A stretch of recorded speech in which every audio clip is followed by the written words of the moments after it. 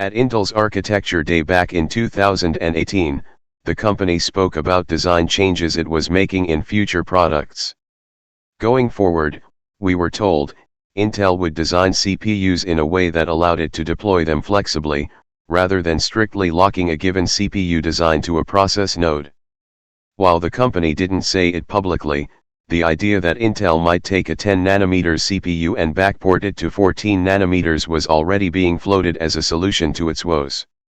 During an AMA for the Rocket Lake platform, Intel revealed that the CPU backport project that created Cypress Cove was finalized in Q1 2019.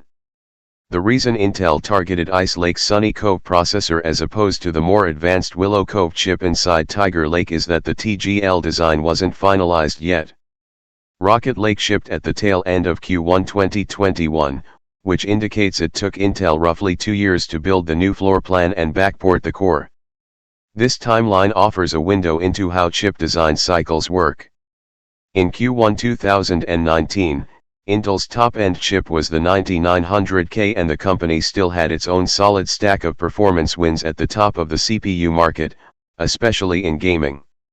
Intel greenlit Cypress Cove and began working to backport Ice Lake to 14nm while simultaneously teeing up the Core i9-9900KS, launched October 2019, and the 10th Gen Core i9-10900K, launched May 2020.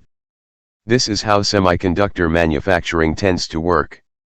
AMD is currently shipping Zen 3, finalizing Zen 4, and working on Zen 5.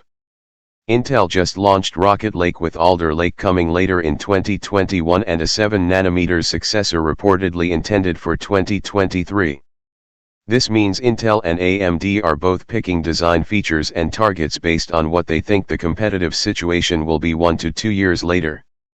The AMA states that an 8-core die represented the largest die plus UHD graphics that Intel could manufacture without clarifying if this is related to the design of the LGA 1200 socket or some other product limitation. The years since Ryzen's launch have, we think, illustrated factual differences in how AMD approaches product design versus Intel. While not every AM4 motherboard supports every Ryzen CPU, AMD has demonstrated that it designs its platforms for a longer life cycle and better upgrade paths than Intel does, despite the vast differences in their respective incomes and resources. If AMD was able to engineer AM4 to support both a switch from monolithic dies to chiplets with a central I/O die and a doubling of CPU core counts, then there's no reason for Intel to perpetually discover that its own products run out of headroom so easily unless they're intended to. We continue to suspect that the limiting factors on Rocket Lake were thermal and power related. Intel is absolutely capable of manufacturing larger chips than an 8-core RKL Plus integrated Xe GPU. Claiming that it can't, with no reference to what the limiting factor is, sends an erroneous message about Intel's manufacturing capability unless you think the same company that manages to build a 28-core monolithic Xeon can't manage a 10-core desktop CPU with an IGP.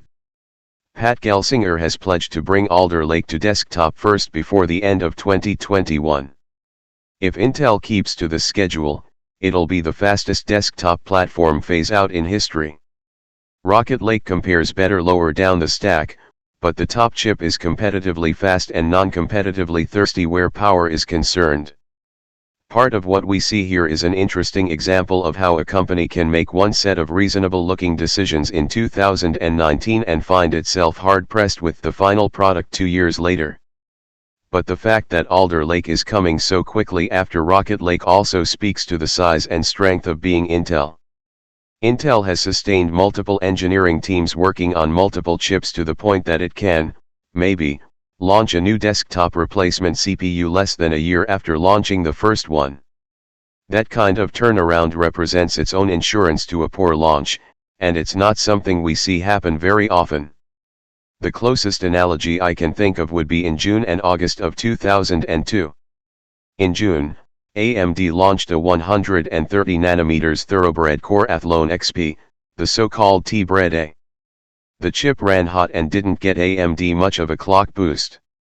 2 months later, AMD unveiled Thoroughbred B, a new spin of the chip with a 9th metal layer and significantly higher frequencies.